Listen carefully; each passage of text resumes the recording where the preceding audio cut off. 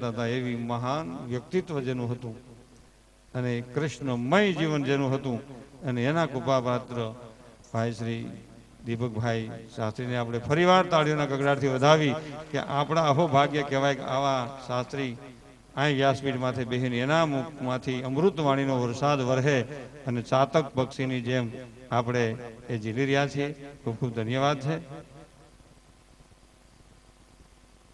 ક્યાં પાછો અટાણમાં ઘડીકમાં અડધી જિંદગી તો માણાની વ્યસનમાં જ વહી જાય. કાંઈક સોળવામાં જાય, કાંઈક શું હોવામાં જાય. ભગવાન કરે હજુ પી લ્યો ત્યાં બધી ઉતેર નહીં આવે, કારણ કે એમાં ઢોળા થાય ક્યાંક વખતે.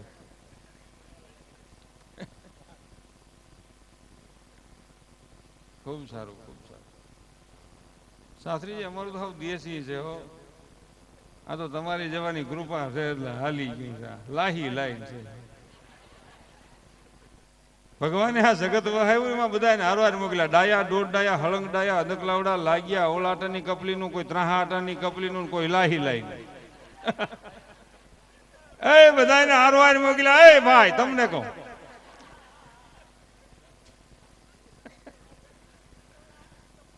આપણી ઝા ઢોળા એટલે નથી કરવું કાંઈ.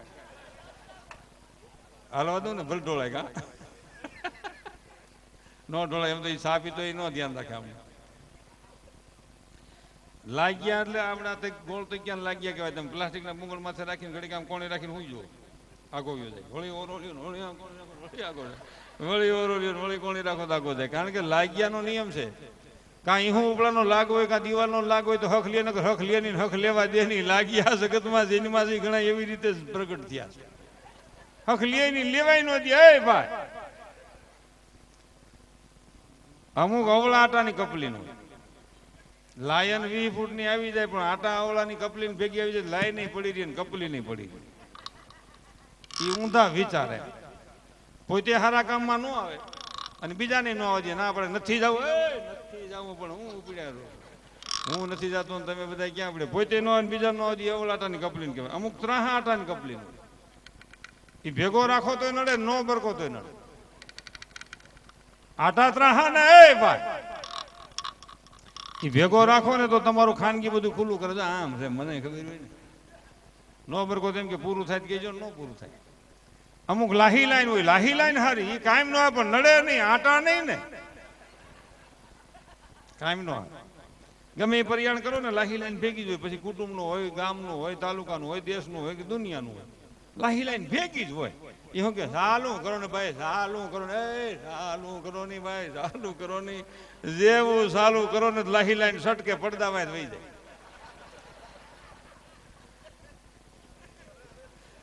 પડદામાંથી વહી જાય ને તો કોઈ ખામા મળે તો પૂછે કે મનસુખભાઈ વસો કઈ બાજુ આ લાહી લાઈન શું કે ન્યાય ન્યાય હમણાં રહ્યો ને હમણાં આવું હમણાં બેહો ને હમણાં આવું હમણાં ભાઈ હું થોડું ખોટું આવું બસ આવે નહીં કોઈ.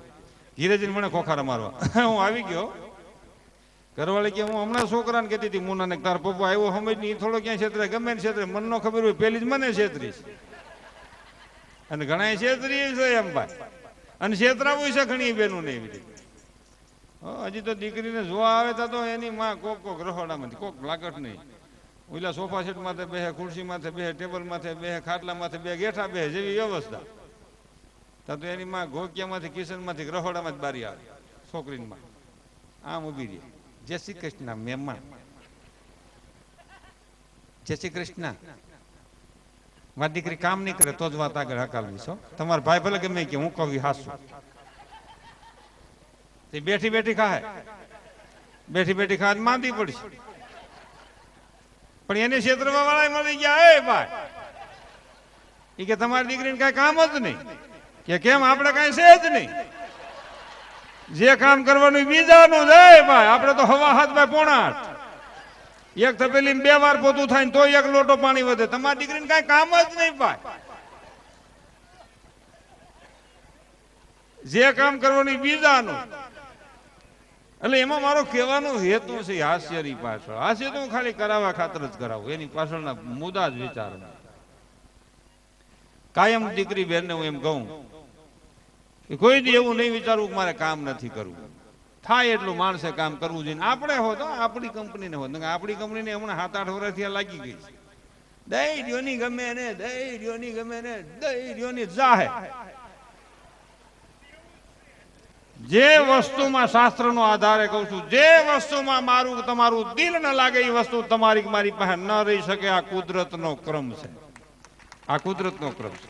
જેમાં મારું તમારું દિલ તૂટી જાય વસ્તુ ન રહી શકે. આજની 5-25 વર્ષે ગયા વિના રહે જ નહીં. આ કુદરતનો નિયમ છે. આપણે એમ કહીએ ને કે ટાઈમ કહેતો ને ખેતર જાવ તો વાડીએ જાવ તો મજૂરી સડી જાય, એમને વાહે હાથ રાખીને આટા મારી મજૂરી ન સડે.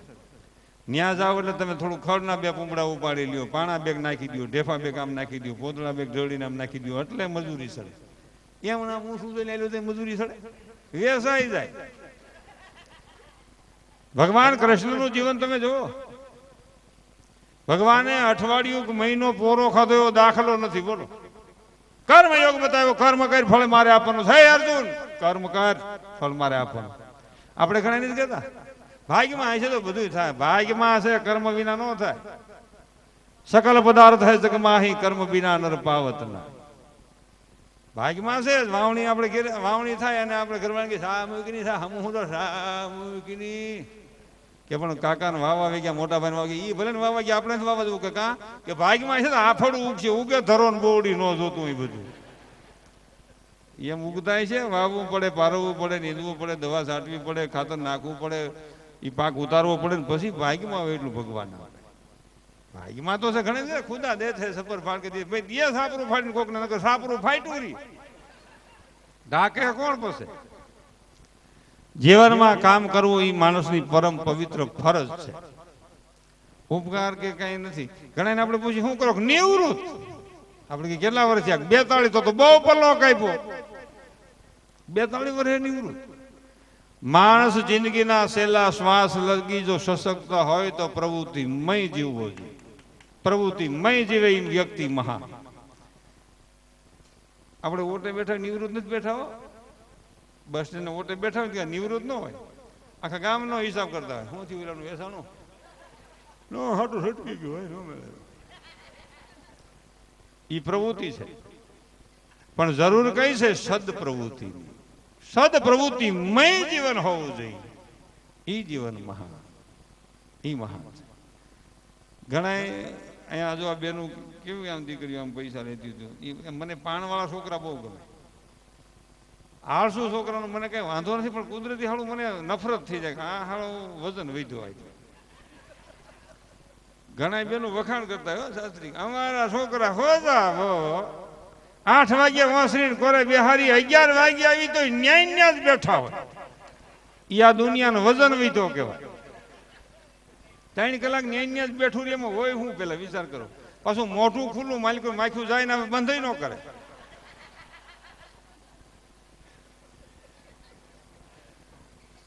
પછી એની માં રહોડામાંથી કે ને હાલ બેટા ખાઈ લે આયા દઈ અહીંયા.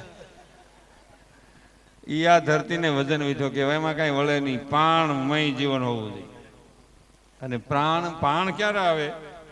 ઈ પ્રાણ વાળી ઔષધિ આપણે ઘીરે જ હતી, કાઢી નાખી ધીમે ધીમે. ગાય જે હતી ને, ગાય એનું દૂધ હતું ને, એમાં સત્વ પ્રકાશ હતો. એ ઘીમાં સત્વ પ્રકાશ હતો. ક્યાંક રાખે છે માણસો. નકર હવે તો ભગરી ઝાડજી મોટા શિંગડા વાળી રંઢા છે. બેનું ને ગાયનું દૂધ નથી ગમતું. શું કે ગાવડા દૂધમાં શું હે? આ શું છે? ભગરીનું દૂધ સારું, ગળામાં ગાંઠ થતી જાય ને પછી ઓલું એન્જિયોગ્રાફી કરાવવું પડે ને, બ્લાસ્ટિંગ કરાવવું પડે ને, પ્લેન ચડાવવું પડે ને. એમાં વધુ કોલેસ્ટ્રોલ છે ભેંસના દૂધમાં. ગાયના દૂધમાં અતિ શક્તિ છે. સૂર્યકેતુ એની કોઈટમાં નાડી છે ને, એમાંથી સુવર્ણ ઓજસ હોનું ગાયના દૂધમાં છે. પણ આપણે હોનું મૂકીને સાંધીએ સોઈટ્યા છે. ભાઈ તમને કહું, પાછી ગા હામી મળે તો પગે લાગી હોત. ઘણા બેનું તો કપાળમાં આમ સાંડલો કરે હવાનો. કૂતરાને કાન જેટલો રોટલો દઈને પગે લાગે. ભલું કરજો ગાય માતા, ગાય કે આમાં શું ભલું કરું? આ ગળે નથી પૂછ્યું. ખડનો એક પૂળો દે તો કઈક ભલું કરું. આમાં ભલું હું કરું? હે ભાઈ તમને કહું. અને એની ગા 10 વાગ્યા આવે ને તો ભાઠો લઈને માથે અટાણે ન હોય, અટાણે ન હોય, અટાણે ન હોય. લે આ ક્યાં ગયો તમારો ધરો? વિચારવા જેવું છે. એક શાસ્ત્રીજી અમે મારા સંબંધી ત્યાં કારેજનો પ્રોગ્રામ, કારેજ એટલે દાડો ભાઈ, પાણી ઢોળ. સાંજે વાસળી બાંધી છે, રાખતા નહીં હોય, બારી રખડતી લઈ આવે બાંધી દીધી ફરજા. સવારે ભૂદેવ આવ્યા, બધાને બેહેરા ફરતા આમ કપાળમાં લાંબા લાંબા ટીલા કર્યા કે ગવત્રી લાવો, ગવત્રી લાવો. તો એટલે ફરજામ લેવા ગયા ન મળે નથી, એટલે વહી ગઈ કે તો સાથે કે ગવત્રી વિના ન હાલે, કે તો ગામમાં જાઓ. 3-4 ગયા ગામમાં ગયા તો એક વરસાદ વરે ને આમ નેવા પડે એટલે ઓછે દિવાલના થણમાં વાસળી ધ્રુજે ને પગ એક 4 આંગળ અધેર રાખે વાહેલો. 2 જણા કાંજીરા ને એક વાહે ધક્કા મારે લઈ આવ્યો. એ ડેલી ખડકી ઝાપો આવ્યો, વાસળી પગ ભરાઈ રાખે, નથી આવવું, અહીંયા નથી આવવું. વાવડા કે હા નથી આવવું, કે કા કે આ પગ અહીંયા જ ભાંગ્યો,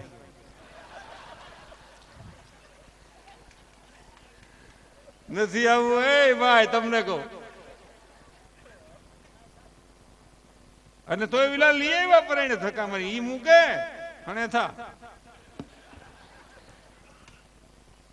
અને વાસળી ધ્રુજે કોઈક તમારી જેવા દયાળુ છે ને વિચારી ભૂખી છે, કઈક લાડવા ગાંઠિયા ખવડાવે, લાડવા ગાંઠિયા થાળી લઈને વાસળી મોઢે રાખી લે ખા ખા, વાસળી મોઢું પીડી ગઈ, ખાવું નથી.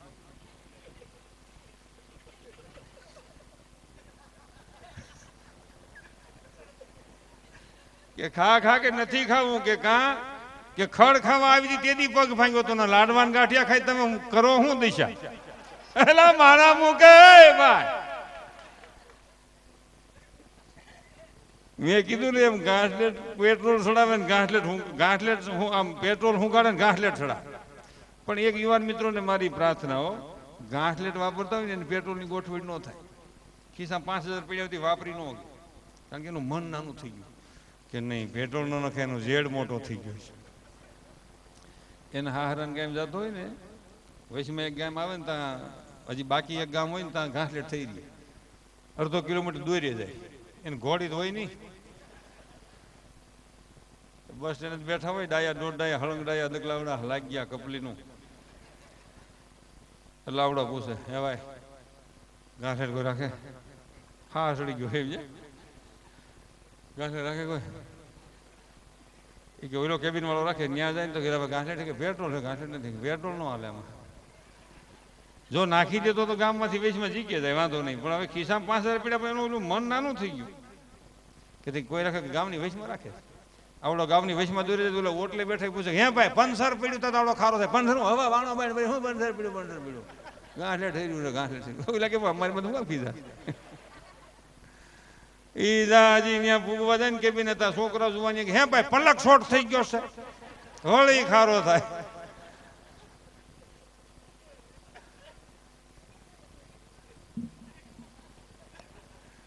ઈ કેબિને પૂગે ને તો ઓલો કે અટાણે હમણાં ઘાસલેટ થઈ રહ્યું, પેટ્રોલ થઈ રહ્યું, કાંઈ નથી. ઓહો ભણે નાખ્યું ને અહીં કાંઈ છે નહીં, હવે ક્યાંય છે કે તમારે કઈ બાજુ કામ? કે હા ત્યાં બરોબર કેબિન રાખે, ત્યાં દોરી જાય તો ઓલો કેબિન બંધ કરતો. એટલે આવડે કે એ ભાઈ એ ઘાસલેટ નાખું, એ ભાઈ એ ઘાસલેટ નાખું, એ ઘાસલેટ નાખું. કે ઘાસલેટ નથી, પેટ્રોલ છે, નાખું નાખ. કે તે નાખ પસાનું લે થઈ, પેલા જ નાખી દીધું હતું. ઘણા માણસો એવું જીવે, ન ખાધું ન ખાવા દીધું, પારાથી આવીને લૂંટી લીધું. મધમાખી જેવું જીવે. મધમાખી તમે જોજો, મધ ભેગું કરે, ખાઈ નહીં હો, અતિ લોક એવા ઘણા પ્રગટ થયા. ખાઈ નહીં, ખાવા દે નહીં, દાટીને મરી જાય, પછી છોકરાનો હાથ નું આવે ને ઉમરામ દાટે વેસે મકાન એને હાથ આવે, ઓલા આખું ઘર ખોદી નાખે. પણ ઉમરામ હલાણમાં જ દાટ્યા હોય. એ ભાઈ નથી બાપુજી પાસે નહીં હોય, નકર તો નો નીકળે. એ તમે વેસો બીજા ના હાથ આવશે, કારણ કે એનું ભાગમાં નહોતું. મધમાખીનું મેં જોયું છે, મધનું રજકાના ફૂલમાં લઈ આવે ને, ગેહોડાના ફૂલમાં લઈ આવે ને, ગલકાના ફૂલમાં લઈ આવે ને, ઉલા ફૂલમાં લઈ આવે ને, મધ ભેગું કરે કે નિરાતે ખાવું, પોળું જામ છે ને. પછી મેં એ જોયું છે, મધ હેઠે પડવા મળે ને તો માખ્યું આડિયું બેસી જાય, ત્યાંથી મધ સુઈને પાછી ઉપર સડે, ફિલ્ટર થઈને પાછું હેઠું આવે, ઉપર સડે પાછું હેઠું આવે, ખાય નહીં તોય. અને લેવા વાળા તો સપ્લાય ચાલુ જ રાખે. પછી ઓલો બરાબર કાંધું પાકી ગયું હોય ને તો ઓલો ઊંધી બીડી પીતો પીતો આવે. ધુવાડો બીડીને ઊંધી ચાલુ કરેલો ધુવાડો ઊની નીકળે ને. મધ ને માખ્યું ને નિયમ હોય કે માખ્યું ને આંખ્યું બળે એટલે ભાગે, મધ મૂકીને ભાગી જાય. ઓલો કાંધું આખું કાપીને યોજાય, આખું સોળતી બધા બંધ થાય ને તો ન હોય ને મધ કે ન હોય કાંધું ન હોય ડાળ. એટલે એનો અર્થ એવો થાય કે નો ખાતું, નો ખાવા દીધું, પારાથી આવીને લૂંટ લીધું, આ જીવન મળ્યું, નો સત્કર્મ કર્યું કે નો કોઈનું સારું કર્યું, છેલ્લે એમ બાંધો નીકળે છે ખાલી ફૂંક જ. બા એટલે વિચારવા જેવું. બેનું બેઠા છે એટલે ઘણા અમારા કલાકાર મિત્રો કહેતા હોય, પૈસા દેતા હોય ને બધા એમ, એટલે એમ કહેતા હોય બેનું પૈસા નાખો, પૈસા નાખો. ઘેહોડામાં જ કટકી કરી હોય, બકાલામાં જ કટકી કરી હોય, દૂધમાંથી કટકી કરીને પૈસા નાખો એમ કે ને, એનો મને સખત વિરોધ છે. આ દેશની સન્નારી કટકી નો કરે, કરકસર કરે. ભારત દેશની દીકરી કરકસર કરે, કટકી નો કરે. તમે 2 રૂપિયા ઘરમાં દો ને 150 વાપરે, પસાશે ને આમ પપુડું વાળે, આમ હોય બા તમને કહું, આમ ભૂંગળી વાળીને કાં ભૂકીના ડબલા નાખી દે, કાં ખાંડના ડબલા તળીમાં ખોકાવે, કાં કપાટની તળીમાં, કાં આથણા ડબલાની હેઠ મૂકી દે. હો તમને કહું 500 વાપરો એટલે 400 વાપરે, 100 મૂકી દે. એમ કરીને કરકસર કરે. સમજે? આપણે દાઢી મૂછનો ધણી જઈ મૂંઝાઈને બેઠું હોય ને, વાકું વળીને ઓસરીને કોરે હવારમાં, અને બાય વર્તી જાય કે આંગળા હોહરવા જતા લાગે ખમીસના ખિસ્સામાં, નકર તો જોરમાં હોય. ભાઈ તમને કહું, હો અને બેઠો હોય એની બધી વર્તી જાય, એનો મોરો જેવો થઈ ગયો હોય.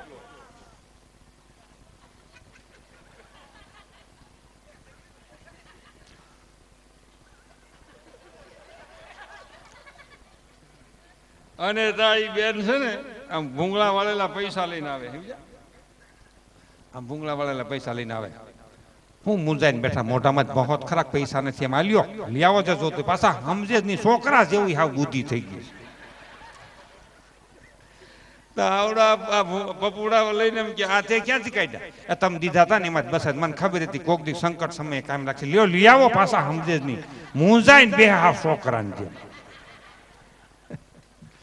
આ દેશની સન્નારી કટકી ન કરે, કરકસર કરી. ભારતની સન્નારી માતાઓ બહેનો દીકરીઓ બેઠી છે ને આપણે તાળીઓના ગગડાટથી વધાવી લઈએ, કારણ કે સ્ત્રી અને શક્તિનું રૂપ છે. શક્તિ અને શિવથી જગતનું સર્જન હોય છે.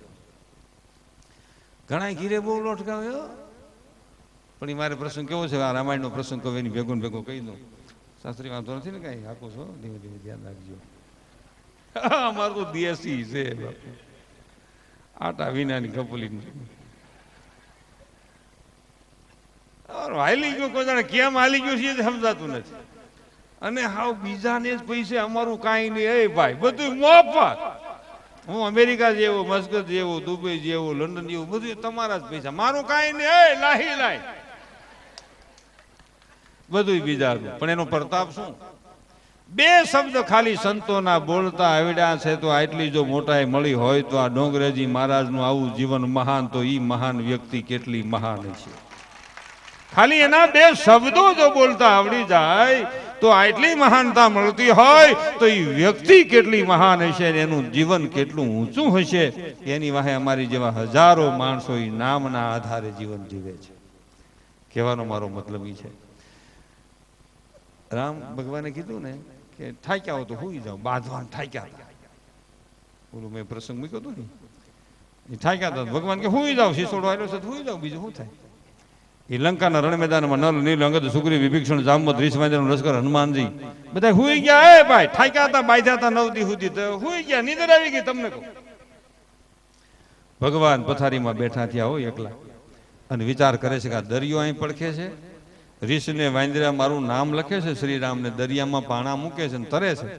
પાણા એટલે સ્ટોન, સ્ટોન એટલે ભાઈ મોટા પથ્થર. તમને કહું આમ મૂકે છે ને તરે છે. હું અખતરો કરી હવે હાસું છે ખોટું?